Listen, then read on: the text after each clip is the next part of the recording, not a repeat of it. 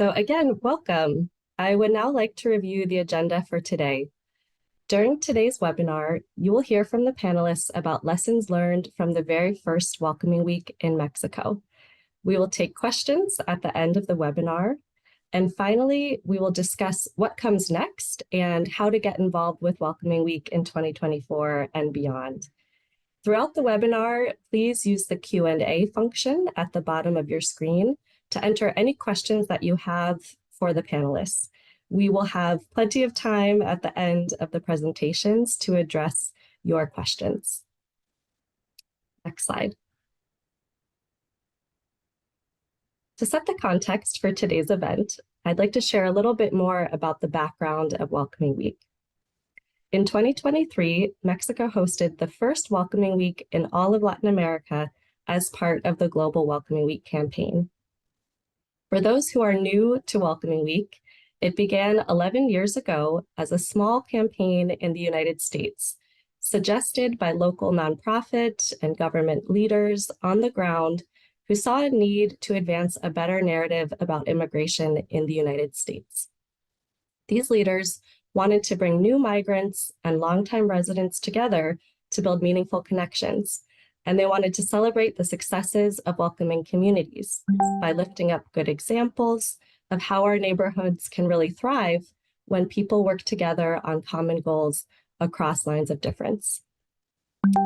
Since then, Welcoming Week has grown to be a global narrative and local action campaign now active in the US, Canada, Mexico, Australia, and New Zealand. In 2023, there were 670 events held globally. National lead organizations work in partnership across sectors and across levels of government to host local events and drive social and media engagement. Welcoming Week happens every year in September. While it reflects efforts happening throughout the entire year, it lifts up the message of welcoming communities during one powerful global moment. From 2022 to 2023, Welcoming America entered into a partnership with Sin Fronteras, a trusted NGO based in Mexico City. Welcoming America provided resources, including a Catalyst grant and technical assistance to support Sin Fronteras in developing and implementing Welcoming Week Mexico. At a time of exponential growth in the number and diversity of immigrants settling in Mexico, the campaign came at a critical moment to build social cohesion and advance a more positive public narrative of welcoming communities. At Welcoming America, we were really thrilled and honored to partner with Sin Fronteras and the many Mexican partners involved who did an amazing job producing a successful first Welcoming Week. And I can't wait for you to hear more from the panelists today. Next slide. It is now my pleasure to introduce the moderator, Western Union Director of Public Affairs, and Chair of the Welcoming America Board of Directors, Mario Hernandez. Mario has been a longtime ally and friend to Welcoming America. He has really understood from the beginning the importance of shifting narratives and working towards local, welcoming communities in both the United States and Mexico. And he has also been a champion of global learning, like today's webinar, really knowing that we gain creativity and make positive change when we work across borders. So without further ado, I turn it over to Mario, the moderator for today's discussion. Muchas gracias, Cristina. Welcome to all participants in this webinar about the lessons learned from Welcoming Week Mexico 2023. Mexico is a country of origin of migration. Nearly 11 million Mexican migrants live in the US, representing almost 1/4 of the US immigrant population and by far the largest foreign-born group in the US. Mexico is also a country of transit migration for migrants and asylum seekers who are trying to reach the US. Migrants in transit are very diverse, reflecting changing migration trends from Central Americans to Venezuelans, Cubans, Colombians, Ecuadorians, and Haitians. Most migrants in transit through Mexico come from Latin America and the Caribbean, but an increasing share come from other countries far away, like China, India, and African nations. Mexico has seen increasing numbers of families and children transiting the country. Mexico is also a country of return migration. Mexican migrants are returning to Mexico voluntarily or involuntarily. Since 2014, U.S. authorities have repatriated approximately 210,000 Mexicans. Other migrants are returning voluntarily for diverse reasons. Finally, Mexico is a country of destination. An increasing number of migrants and asylum seekers look at Mexico as a country of destination where they can realize their dreams of a better life for themselves and their families. Approximately 1.2 million immigrants lived in Mexico in 2020, representing 1% of the total population, and this number keeps growing. In 2021, Mexico ranked third in the volume of asylum requests, only after the US and Germany. Interestingly, Mexico is also the preferred destination for the largest US diaspora living outside the US, including retirees and digital nomads.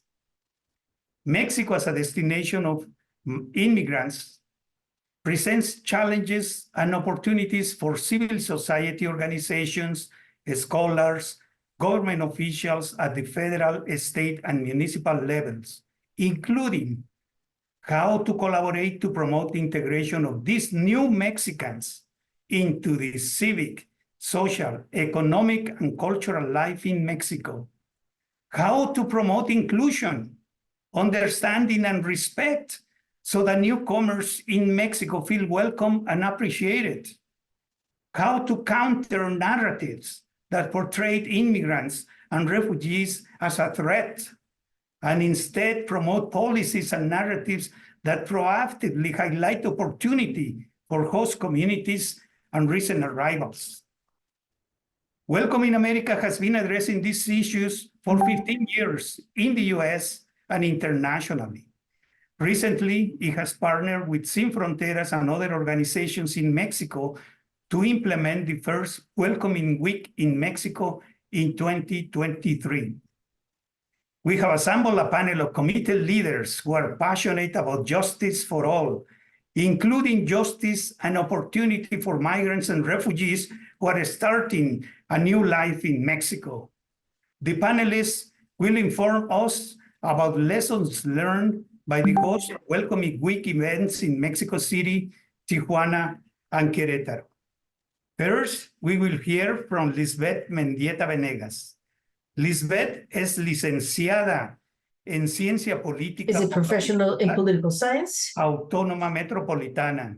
autonomous metropolitan. Actualmente cursa la Currently, maestría en she Administración y Políticas It Públicas works in public con policy enfoque en with an gestión approach política. in political Es experta en management. She's an diseño, expert in the gestión, design implementación and y the evaluación de proyectos sociales. implementation of social projects. Cuenta con diversos cursos, She has different diplomados courses en materia de migración, in terms of migration, prevención social de las violencias y la with delincuencia, violence ciudades and seguras, cultura crime, de la paz, cultura de la legalidad y violencia culture de of género. legality and violence. Actualmente es Currently, la encargada de desarrollo she is in charge of de developing proyectos en projects Sin Fronteras, donde in participó Sin en el Fronteras, diseño, gestión e implementación de la where she has worked in the implementation of Mexico Welcoming Week 2023. Mexico 2023. Lisbeth.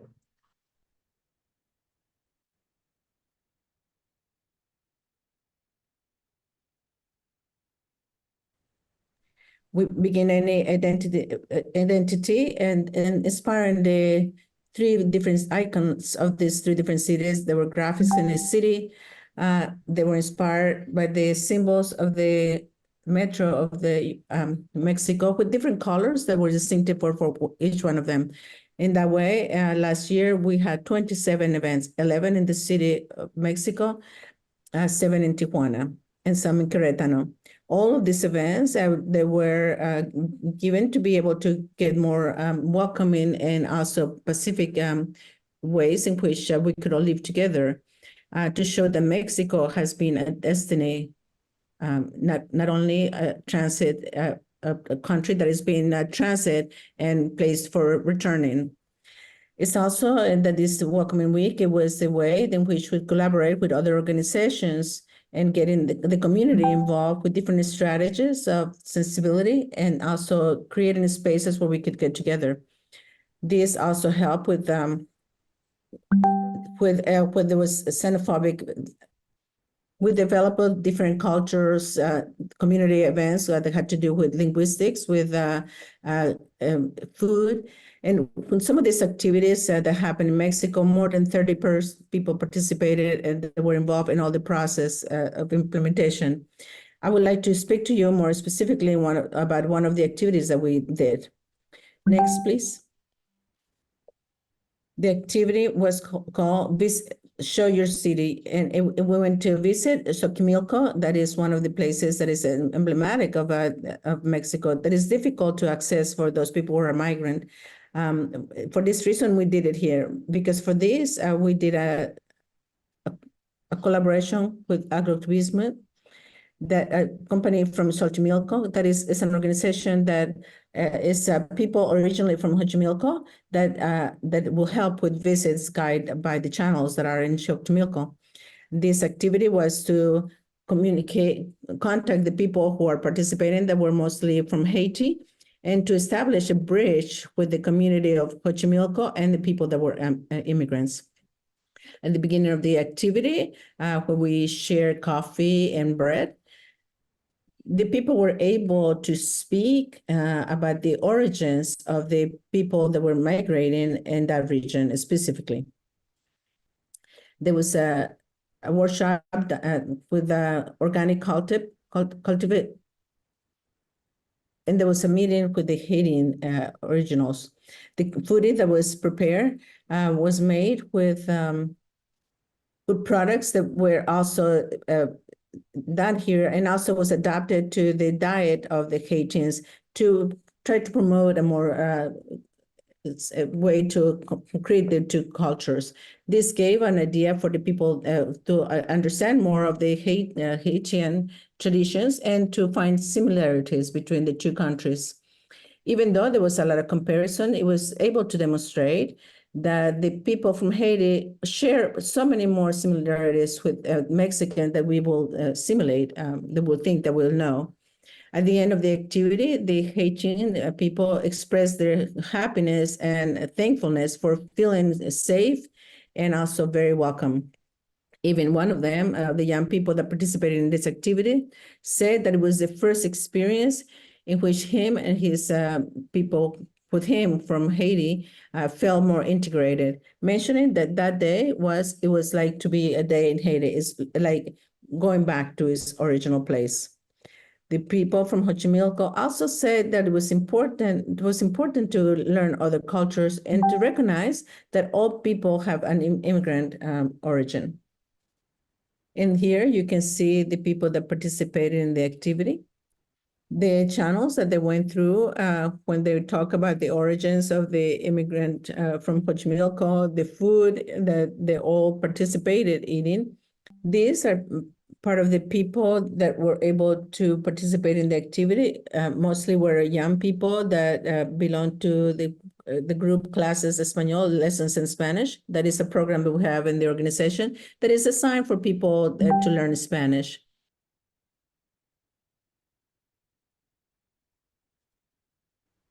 Even during the activity, there was a moment that all started to dance, and there were music from Haiti. There was a space to share these different ways in which they live and relate to different countries.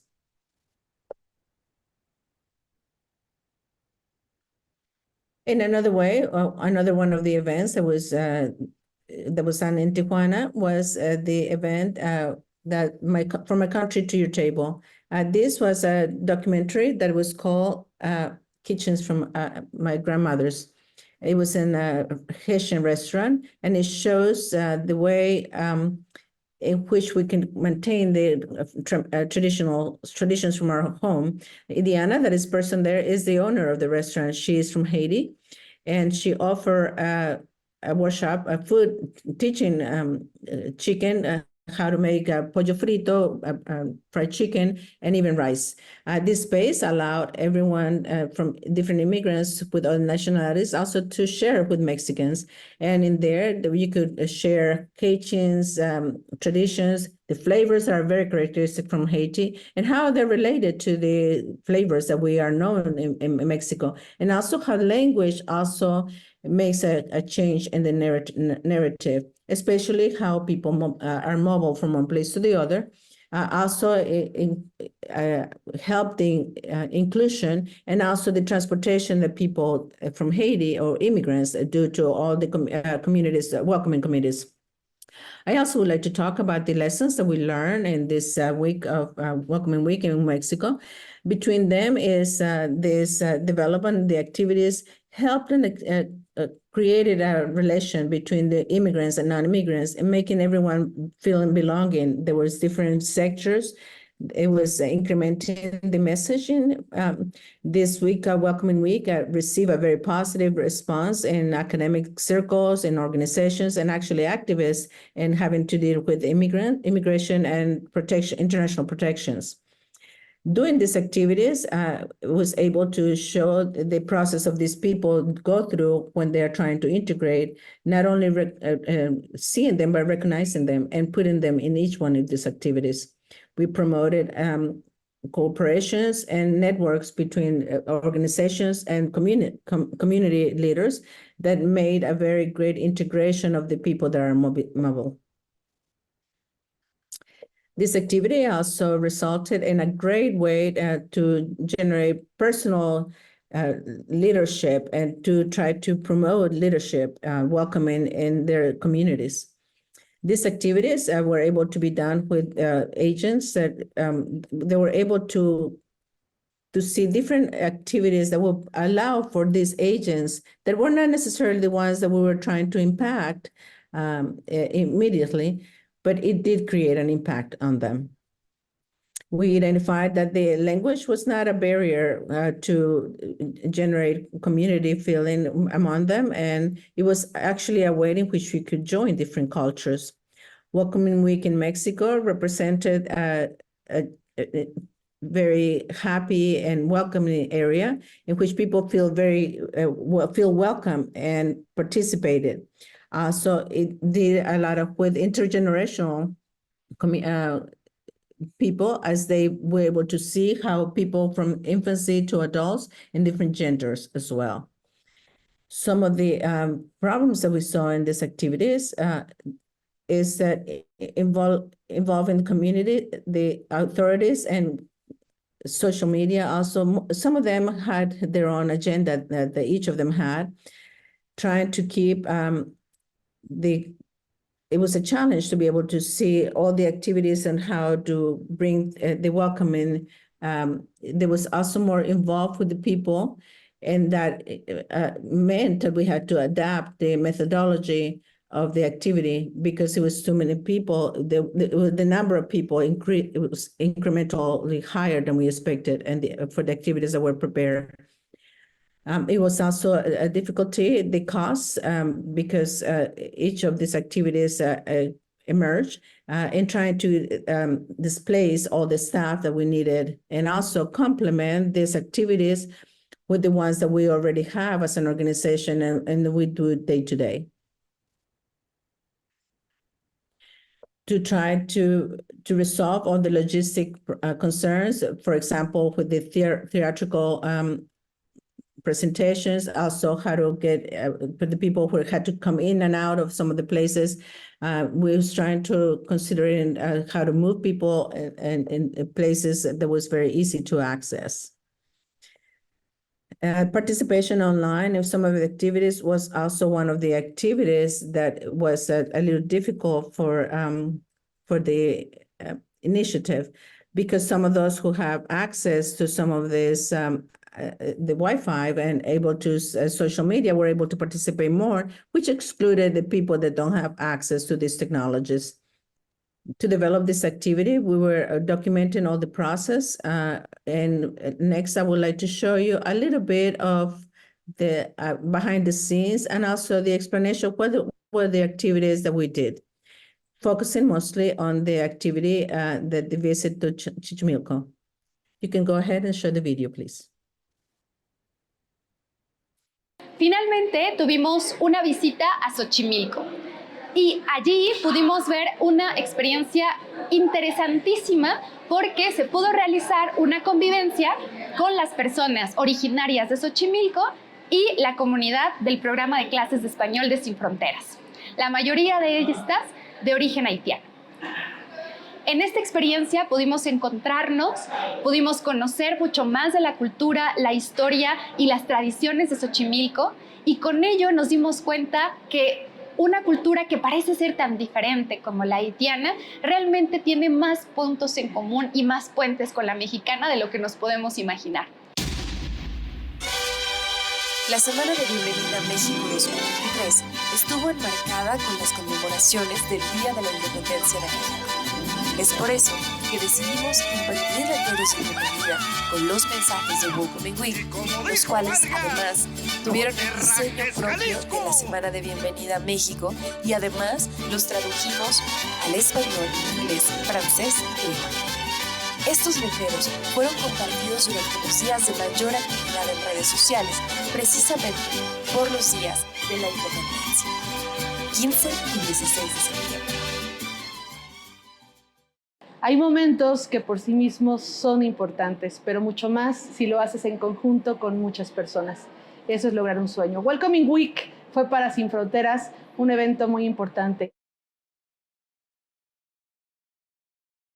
This is where I would like to stop participation. Thank you very much for listening to all the activities that we developed. And of course, we are very excited of what we can prepare this year in the next Welcoming Week. Thank you. Thank you very much, Lisbeth. Now we are going to listen to Laura Trejos. Laura is the Director of Organization Assistance in Mobility, Human Mobility, as Movilidad. She has about 12 years in the public sector and also in the private one, in which she have implemented different intervention programs to strike for human rights, the economic stability of people, immigrants, and also refugees. Laura, please. Thank you very much, Mario, for your introduction. We say hello to Christina Pope, the Director of Welcoming America. I thank for the opportunity that we can participate with As Movilidad in the Welcoming Week of 2023, and all the staff also, thank you. Thank you. It says hello also to my coworker, Ikami. It was a great to do activities with all of you. I say also hello to all of you that all of you are joining us today.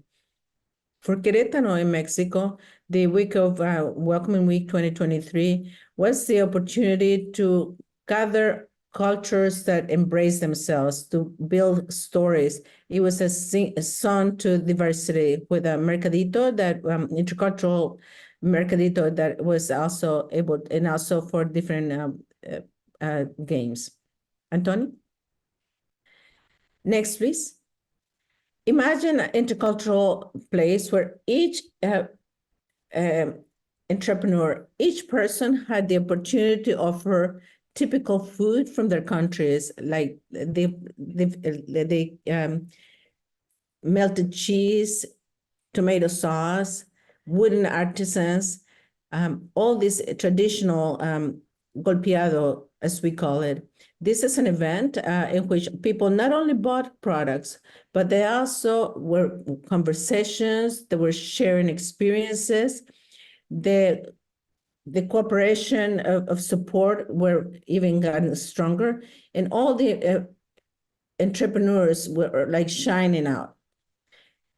DP Patty Alejandra mentioned that what they gained was double when they were doing this cultural mercadito. And of course, through the institutions, they also had the opportunity to get inspired, to be more sensitive about and see for firsthand the entrepreneurs, learning one from the other.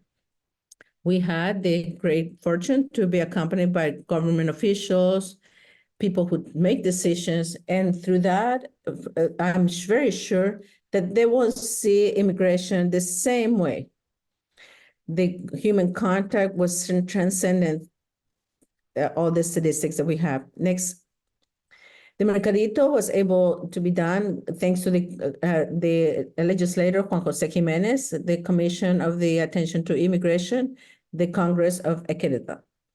He opened his doors, and also with other organizations of the civil organizations and representatives from the government, we had several objectives in mind to gain forces to move forward with these jobs, cooperate, interchange from people from different cultures and different origins, and also benefiting all the immigrant communities and also the Mexican community. Also, looking at a place that was shared and where diversity in this case was celebrated and also venerated. One of the most important intercultural mercadito was that some of the entrepreneurs surprised us with a vibrant Colombian dance. It was a magic moment that transformed the environment, creating a well-living place and of sharing and also emotional connection. That was one of the objectives of the mercadito. See these entrepreneurs bringing their cultures and their traditions was inspiring for us as Movilidad. The dancing engaged everyone. It was a remembrance of diversity and also the cultural richness that people, immigrants and refugees bring with them. I'm very sure that this moment was recorded in the people that we were there. And that can also inspire other events, similar events that celebrate diversity, that promote inclusion, and also the understanding. We can play the video now. Es que lo que no les dijimos era que se tenían que quedar quietas, pero se movieron, ya todas perdieron.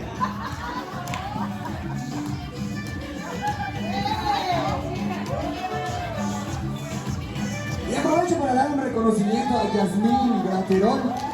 Un reconocimiento a Yasmín Graterol. La vida es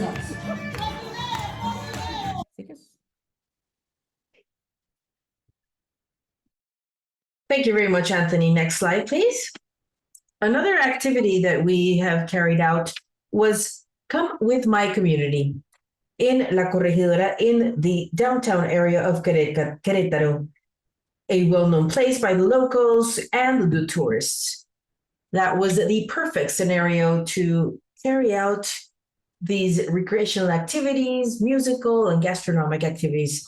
During our intervention, we've invited everyone who was in this garden to come close, who could get to know Yasmin, Patti, Ramon, coming from Venezuela and Colombia. They are the main part of our community.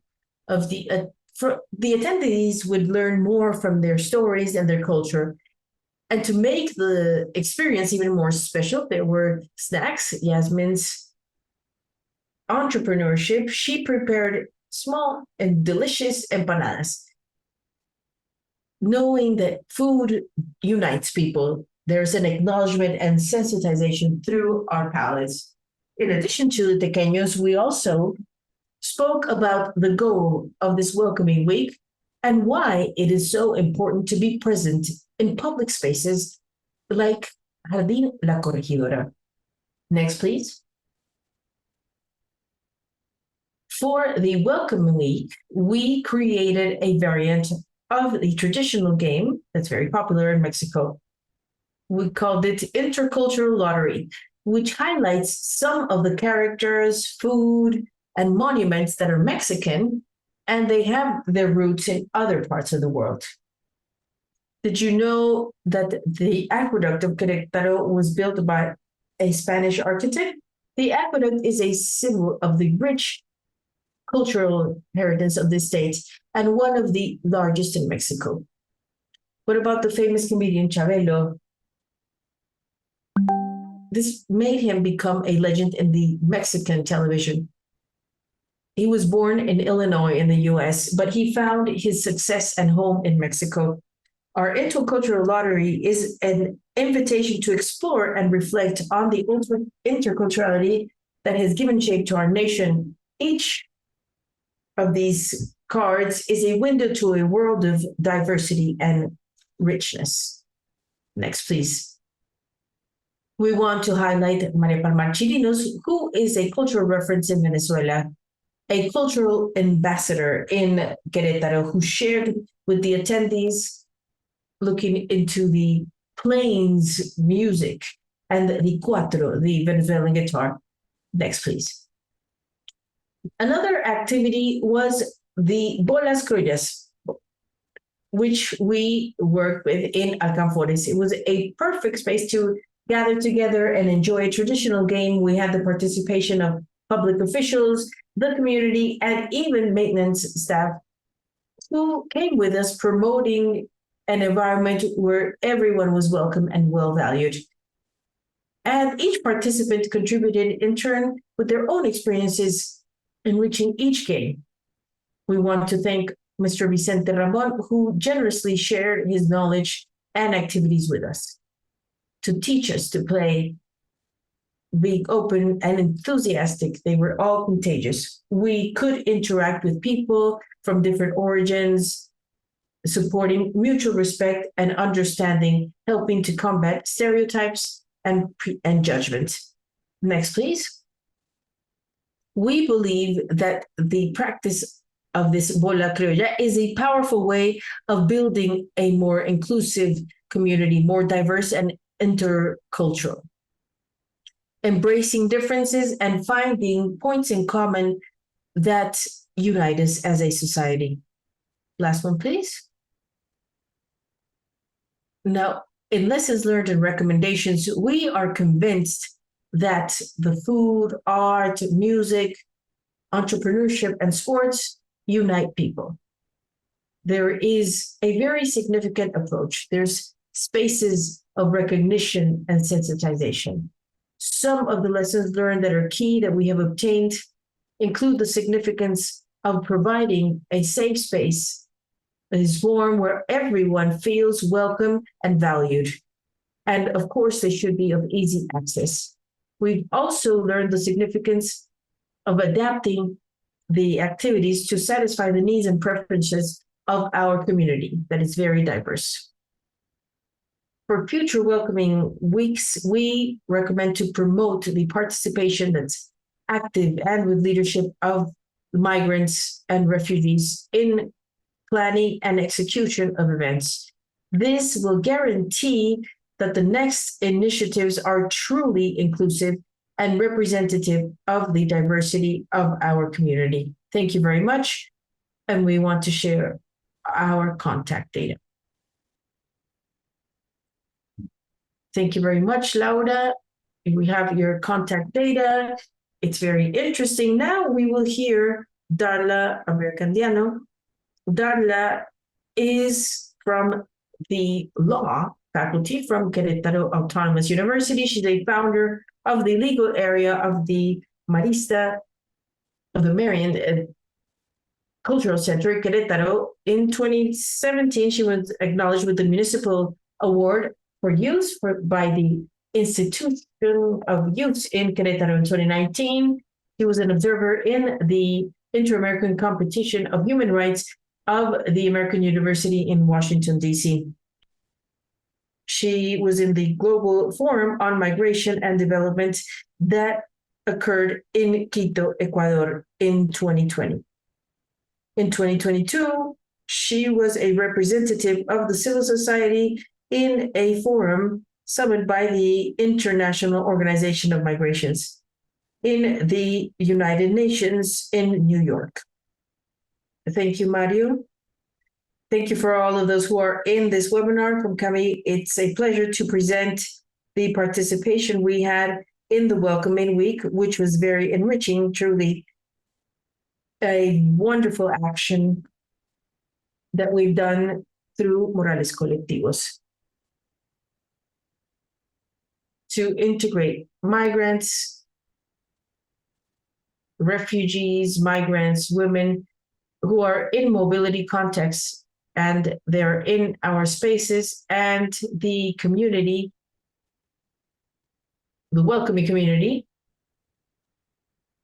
from Queretaro, who lives in the city and who also wanted to work with these initiatives through art, creation of the collective morals that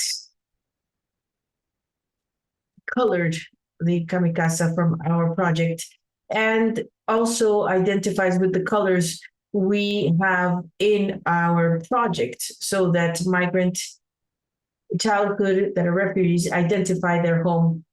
We call it house, kamikaze, through the red, green, blue house. And next, please, next slide.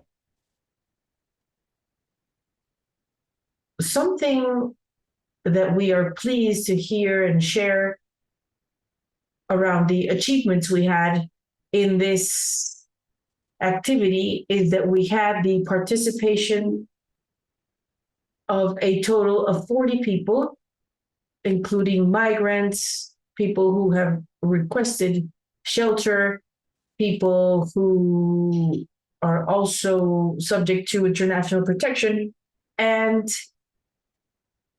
they were in Kamikaze, which is in Queretaro, which is a municipality near Queretaro, the municipality of Queretaro. The activity also allowed the childhood in our project would express in a creative way throughout art. They could show their thoughts, their emotions, providing a form of expression of what they felt through these migration processes or contexts of mobility. And they could see this throughout art. And here we can find an image of one of the space, the orange house.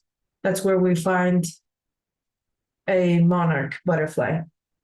And we can also find, next slide, please, a mural of the blue house where we see the cultural diversity and experiences we have in Kamikaze and in the community in Queretaro. This slide is a slide I like a lot because it's one of the murals that the visitors like the most, and we have them in this Kamikaze because the artist, which is a well-known muralist here in a muralist, he has a migrant family as well, Diego Afrocruz. They wanted to show this in the projection with the Queretaro society, the freedom of looking into any sky and any body of water in the world, any ocean. Migration is based on liberty, on freedom, and this blue color that can be the sky and the ocean as well show that this is the migration we see in these two spaces, in the ocean and in the sky, with the fish and bird that migrate. One of the best and biggest achievements that we saw in this activity of the more collectives was the experience and sharing with those who cooperated throughout many strategies and dynamics with those who participated as well. Next slide, please.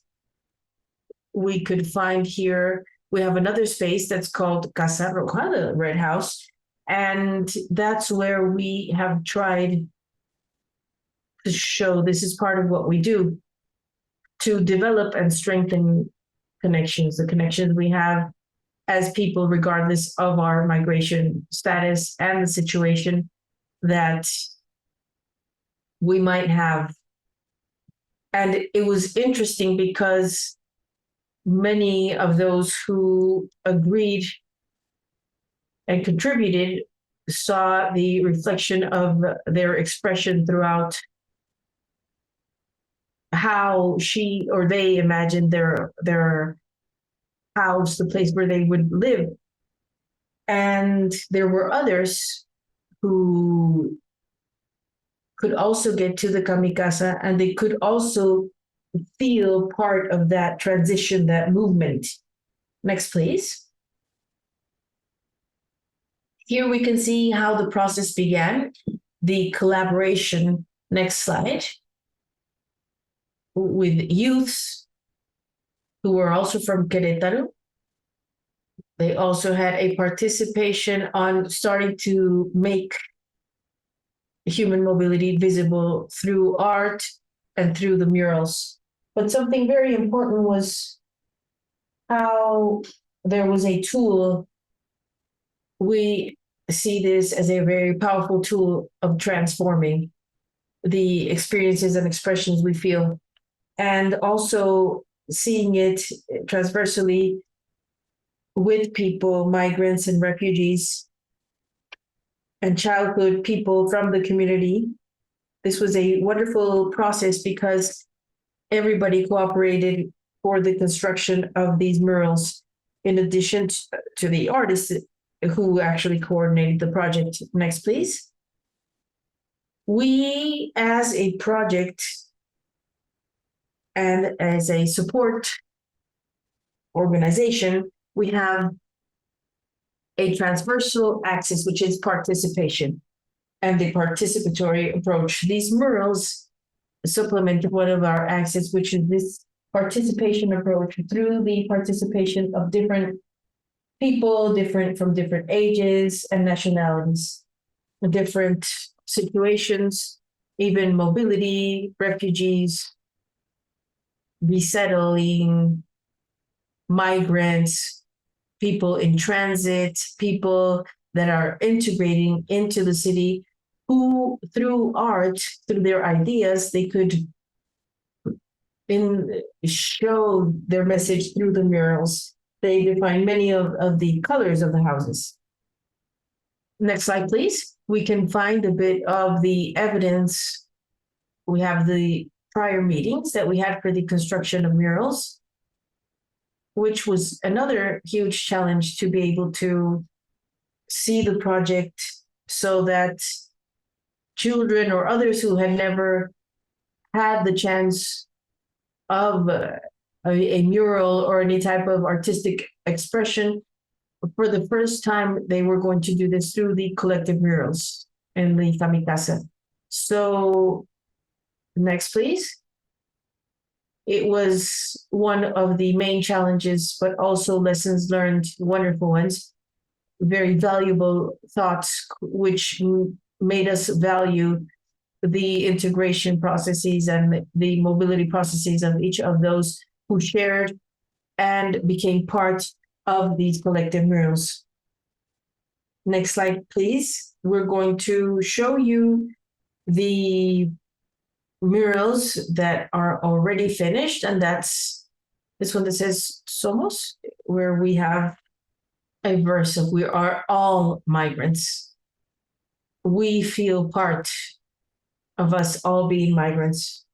We're all in the mobility, in a mobility situation, I should say. This is one of the murals from the Red House. Next slide, please, where we see the mobility of childhood through this red color with flowers. This is childhood that people imagined as a construction of this project around the preparation of how we imagine the plants or flowers. So each one of those, each one here showed how they imagined flowers, but the artist also showed a wonderful mural seeing the garden of the kamikasa, because it's a mural that looks into the garden of our home. Next slide, please. The next one, as I shared, a bit of the childhood swimming in the ocean, but also shows freedom and and migrations of the oceans.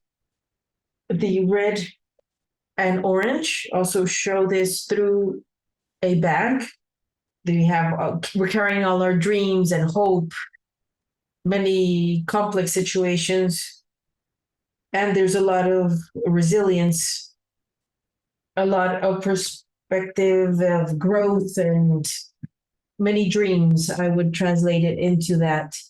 And on the other hand, we have the orange mural, as we shared, with a monarch butterfly.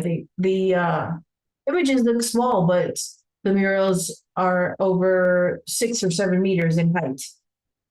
They're very broad. The art isn't only a reflection of us, but a tool to transform. We don't only capture what we see through art, but also what we think, what we dream.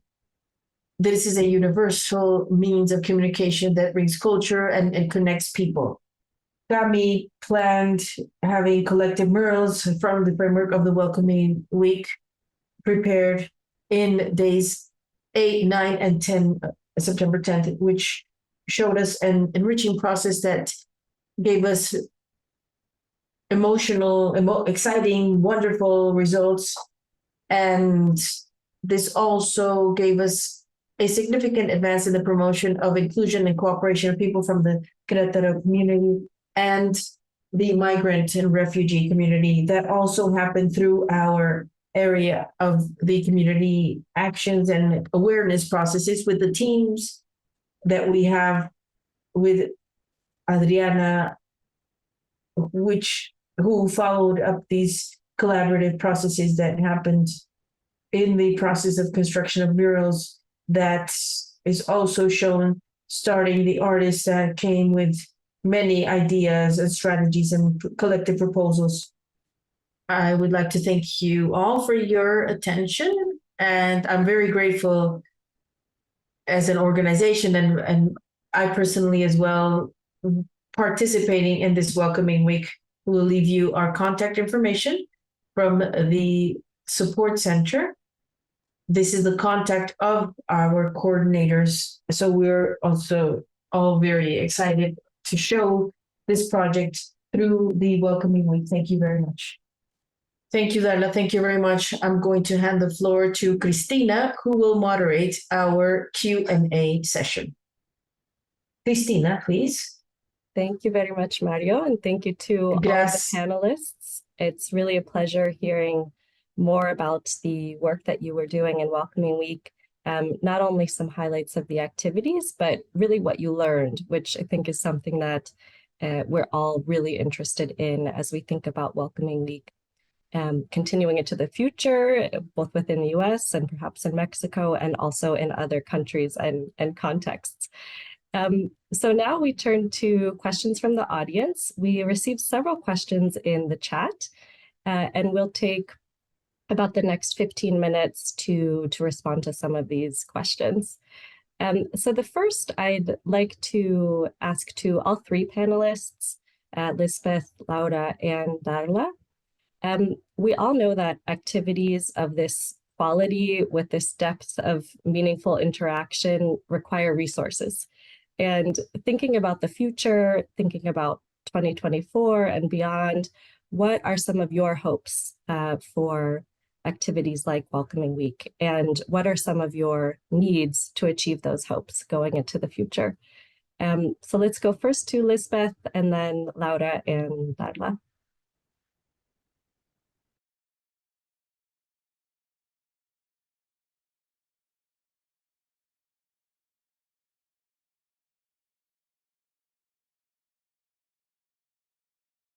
Yes, we've expected to have this Welcoming Week in this 2024, and we've identified the need of having financial resources mostly for operational matters in terms of materials for the development of activities in regards to the image, the graphic image of the campaign, which is one of the key elements that showed the campaign since last year. Having this visual image identified by each of the cities that allowed to give identity to each of the activities that we carried out, but also for when the logistics matters, and there are many activities that look into food, transportation. This becomes a need for the organization. And this year, we are thinking about developing in the same dimension, the Welcoming Week. Last year, in fact, we thought about extending it even a bit more with more activities in the same cities where we already did it last year. And in fact, thinking about another city, considering the context of mobility that occur in the country, where we have seen the issues of those in mobility, where it's not exclusive of these three cities, although we did identify that they have characteristics that are very much accentuated. There's other cities where we also need the implementation of these activities.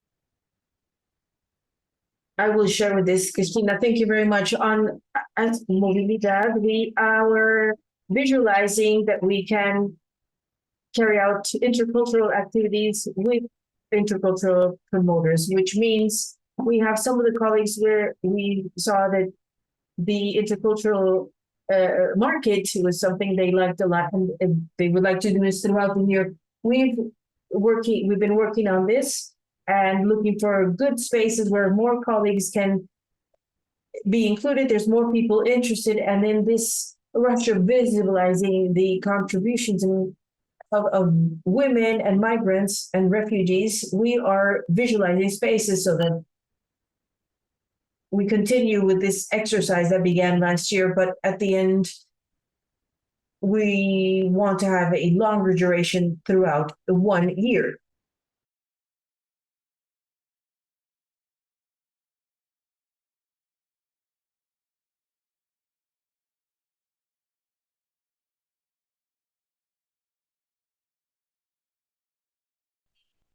That they could add on to these places in which it can be more visible.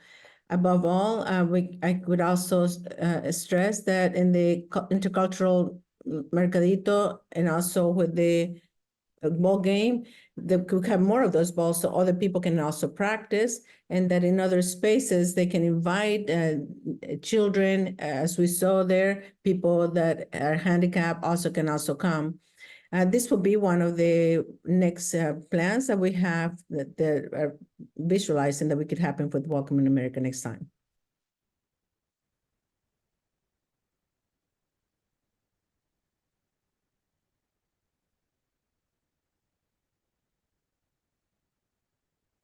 So we also identified as a project the activities that are usually done collectively, and also the participation from different sectors or different, let's say, different sectors, whether it's civil or with other organizations, or civil organizations, and obviously also the welcoming groups. It starts to generate a social club that is more cultural, and also visualizes the welcoming of other people that are immigrants and also refugees, and also transforming the narrative that would become important for the change and in transformation of mental ideologies, or also to try to avoid stigmas that the immigrant society and refugees, something that we can say that is say about the project.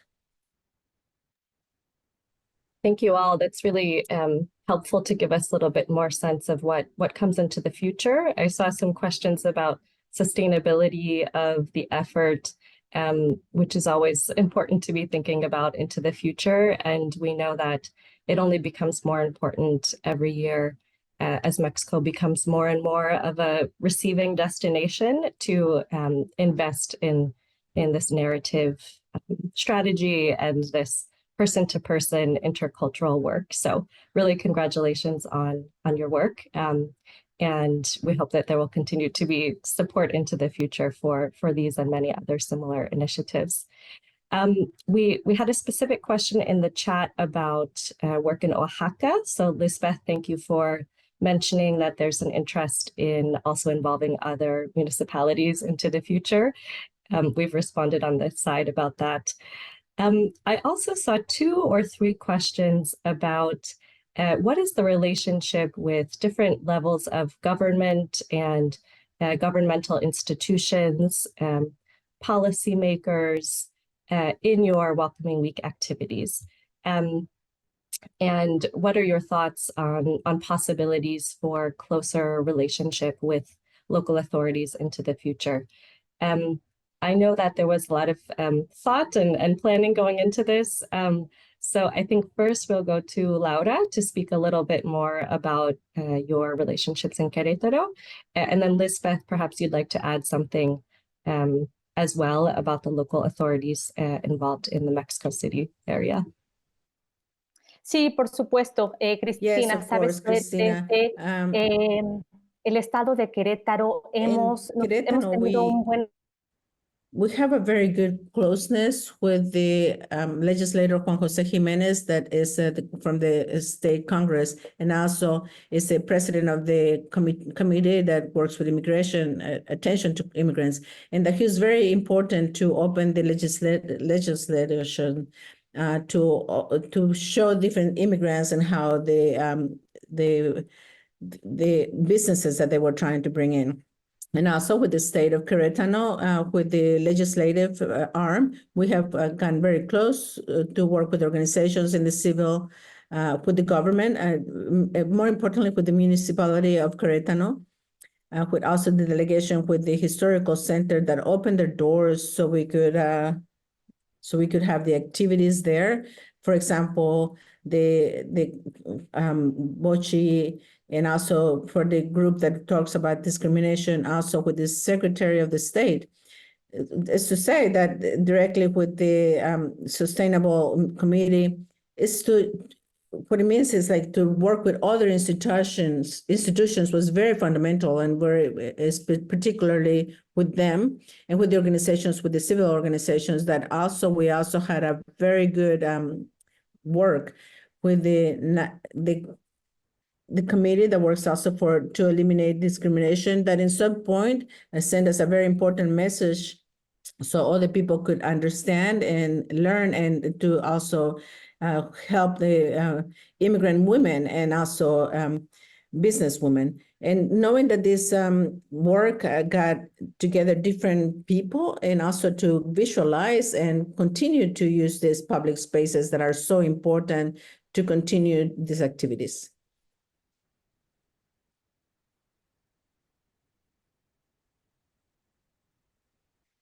Thank you for the question. First, I would like to say that within all this process, the planning process that we had, one of the first activities was the mapping the strategic alliances. And this included the collaborations of key people, including organizations, artists, authorities, and institutions for each of the cities that where this was developed at the Welcoming Week. In the city of Mexico in particular, we did carry on several meetings with different authorities to see which way we could involve them in this project, particularly with the Institute of the Youth. As is a group that is present in all the country, and then we look to develop some of the activities exclusively with the young people. And at the end, the process of negotiations with the authorities, they resulted complicated, and the times that we already had to carry on some of these activities were difficult, that they were able to join in this meeting. Nonetheless, they were invited. We also developed a series of invitations for all the institutions, including the Mexican Committee for Refugees and Immigration Committee, the Secretariat of International Relations, and also the Civil Rights. They were all also involved, representatives that were from the United Nations, the International Organization for Immigration, also academics and that were specialized in different institutions of the universities of the country. But so involving the authorities was a team, a program. It was one of the lessons learned from last year, and it's something that we hope to look at next year to show more effort into that. It's not that they were not interested, it's also that the times that were established were difficult for the processes. Nonetheless, during the promises of implementation for Welcoming Week and following that, there was an interest from the authorities to collaborate in this process. It's something that we have been working with before that, because in every of the meeting we are using for attention for people with mobility, the protection of these people. And also to preparing them a little bit to see in which way they can participate more actively in these activities. I also would like to point out that there is this concern from immigrants to participate in processes where the authorities are also there. And I think one of the big lessons that we had in the implementation of Welcoming Week was how the authorities can get integrated in this meetings without without looking for these concerns. Because this is one of the things that identify people with mobility. They don't want you to come and say, yeah, we're going to do it. It's like get involved and recognize what are the problems that we're living. And so in the activity that we had, the World Cafe, there was a presence of authorities, and it was very nice to see how they got involved, because they didn't represent themselves as an authority, but they came to resolve your necessities, but they came to identify, to recognize what are the problems with people that in mobility, which is the most basic one, even with people that were missing their own places. What are the things that they have common with the Mexican society? And so this country, the seed was planted, and we are hoping to implement this year. Thank you, Lisbeth. Thank you, Laura, and also Darla for noting in the chat that all of the organizations present are active in many different areas of work and are also actively working to create more inclusive policies in collaboration with local authorities. So Welcoming Week is one part of that. And I can share from the perspective of Welcoming Week in the United States, which now has been happening for 11 years, and also in Canada for 4 years, and several other countries, that we see this evolve over time, and that the role of local governments can become much more diverse, really creative in the years as the Welcoming Week campaign also gains more momentum, because we start to see the possibilities from the role that local government has, how they can really use their platform to also be sometimes a trusted actor for certain leaders within communities. And that's something that has changed quite a lot in the last decade in the United States. And now many local governments are hosting Welcoming Week events themselves, and also in collaboration with the civil society sector. I think perhaps that's a good segue to a question in particular for Mario, which comes from the audience about involvement of the private sector in Welcoming Week. And from your perspective, how could that involvement be increased? What have you seen has been successful in the US or also outside in other contexts?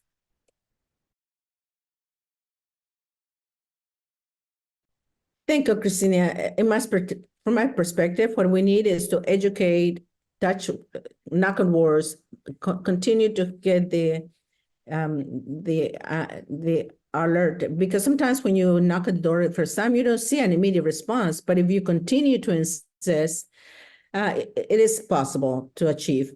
And here we need to also keep in mind something that is very important. And the next years are going to be very important to develop economic development for Mexico.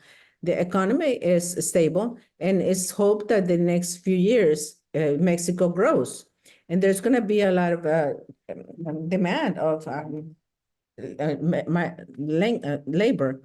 We have to remember that Mexico is part of North America with United States and Canada, and the phenomenon of en inglés es nearshoring, que se dice en inglés. No se me ocurre, I can't think of how traducirlo al español, translated, but eso es donde muchas a lot of businesses are trying to have more demand, and they will have a lot of opportunities of employment in different states of Mexico. I see that as, for example, in Colorado, and where immigrants have a lot of opportunities in all the sectors of the economy. If we talk about tourism and technology, if we talk about construction, agriculture, etc., there is many opportunities, and I think that Mexico has advanced a lot. It's my understanding that there's some companies, Mexican companies, that are giving opportunities of employment to refugees and also immigrants specifically. And I believe that we have to investigate that model and emphasize and translate it to other states. The people that we see with the Mexicans here in the United States, my countrymen, for example, they're from different areas that come to the United States and work very hard in all the sectors of the economy. They look for opportunities. They want to establish themselves. They want to contribute. They have the advancements of the DNA. And I think that we have to acknowledge that people want for the venture that they want a different, better life. And that's going to be good for all people in Mexico. I also would like to recognize the presence of some people that I've noticed in the chat, great leaders of the community, is like Mr. Francisco Rivera, who is the president of the Round Table, the National Central America Table, that has been working for many years and working in things that have to do with immigration. Alfredo Arroyo, who is the president of the Federation of Quererenses, Beatriz Valencia, also countrywoman who has a group that is very interesting, who is a music who work in Mezcal.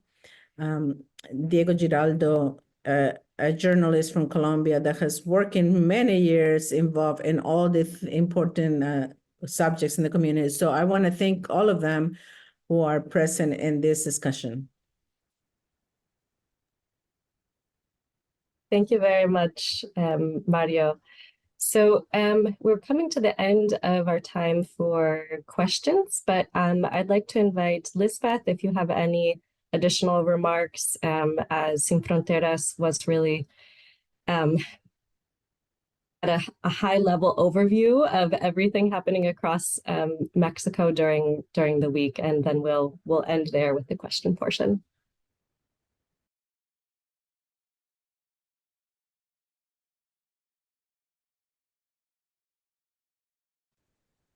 Thank you, Christina. First of all, to talk about the question before about how could the private initiative participate in this type of activities, I like to say that what we did last year, which is we can have a network of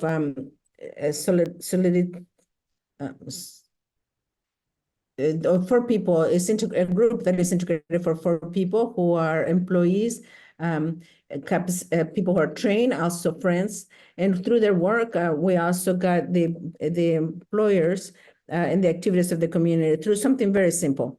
First is recognizing of the places to work, also intercultural places that are inclusive for the people that already work here who are immigrants, and with whom we have done a process of integration so they can have employment.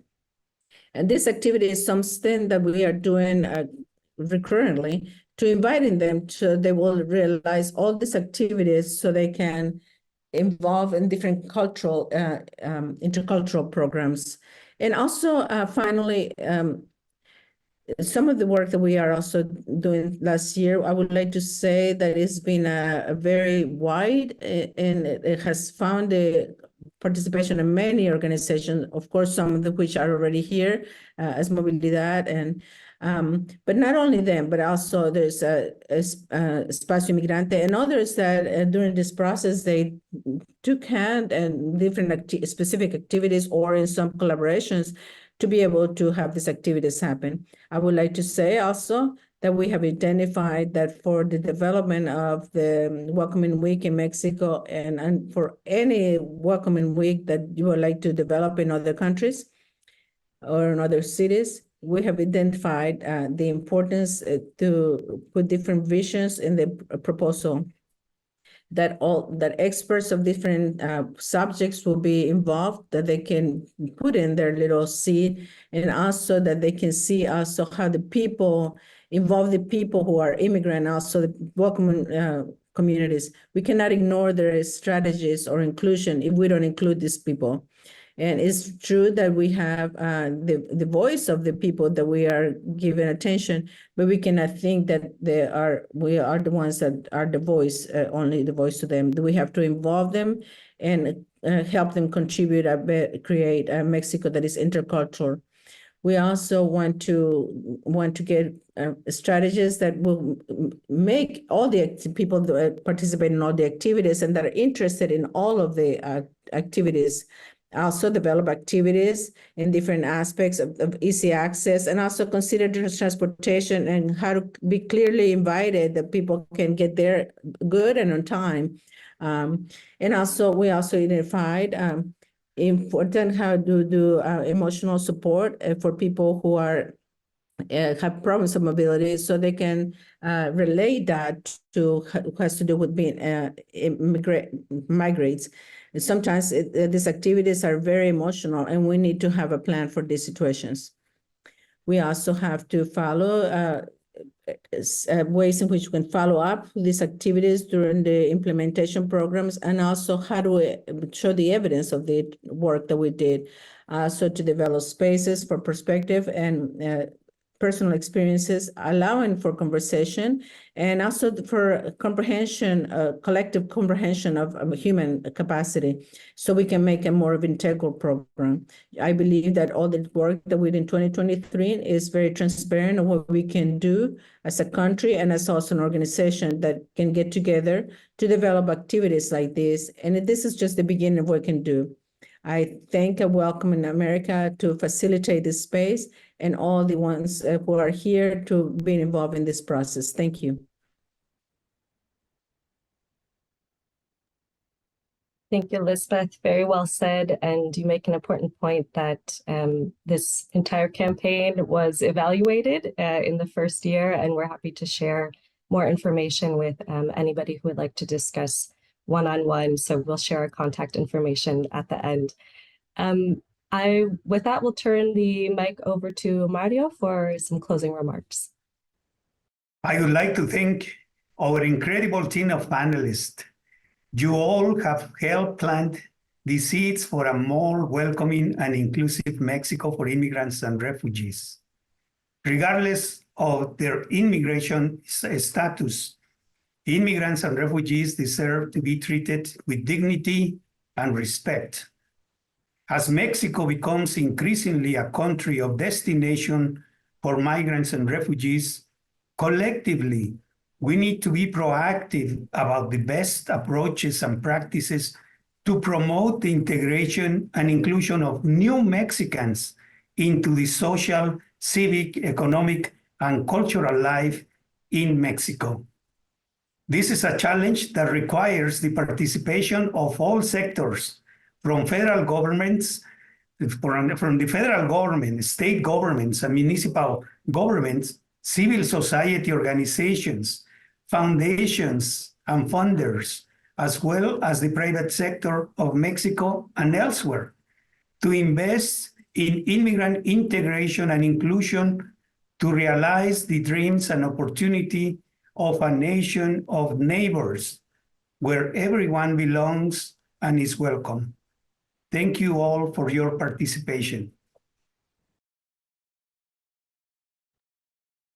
Thank you very much, Mario, and thank you for playing the role of moderator today. I appreciate the additional perspective you bring from the private sector, as well as Western Union has really been a partner to many organizations across the United States in our inclusion and participation efforts with migrant communities. So thank you very much for your continued support and ideas. So finally, we would like to share a little bit about what comes next with Welcoming Week. We've heard from the panelists today and really had a lively discussion with a lot of examples, but what are the next steps? So we know that the work doesn't stop here. Welcoming Week 2024 will be September 13 to 22nd, and the work to advance inclusive policies, narratives, and social cohesion at the local level continues year-round in Mexico and in the United States and in all of the other countries where we're currently partnering. So we invite you to check out all of the ways to get involved with Welcoming Week on welcomingweek.org. Slide, please. To get the latest information about Welcoming Week, you can sign up for the newsletter that Welcoming America sends each month, and we'll share in the chat a link for signing up for that newsletter. You can also check out the toolkit that we produce every year and that we update every year. This has many event ideas, a planning guide for Welcoming Week events, social media resources, lots of things so that Welcoming Week doesn't have to start from zero. It can be something that we build on each year. We also really hope that you will consider supporting Welcoming Week. So for any sponsorship or partnership inquiries, I've included my colleague Jordan's email here. And also you have the contacts for the organizations presented here today who would be really happy to speak with you. Next slide, please. So this is the contact email. If you have any other additional questions after this webinar, we're really happy to speak with you one-on-one. So thank you for your time and attention to all those who listened today. Thank you also to the panelists again for everything you did on the Welcoming Week initiative, and also for taking time to share what you learned and your hopes for the future. Thank you also to Mario as moderator, and finally to the interpreters who made today's bilingual webinar possible. We're really grateful for that assistance. This webinar was recorded and it will be sent to everyone who attended today, including the links to the videos and the other resources that were shared. So you'll receive that in the next few days. So thank you so much for your attention, and we remain attentive to any questions or additional discussion from here. Have a good afternoon.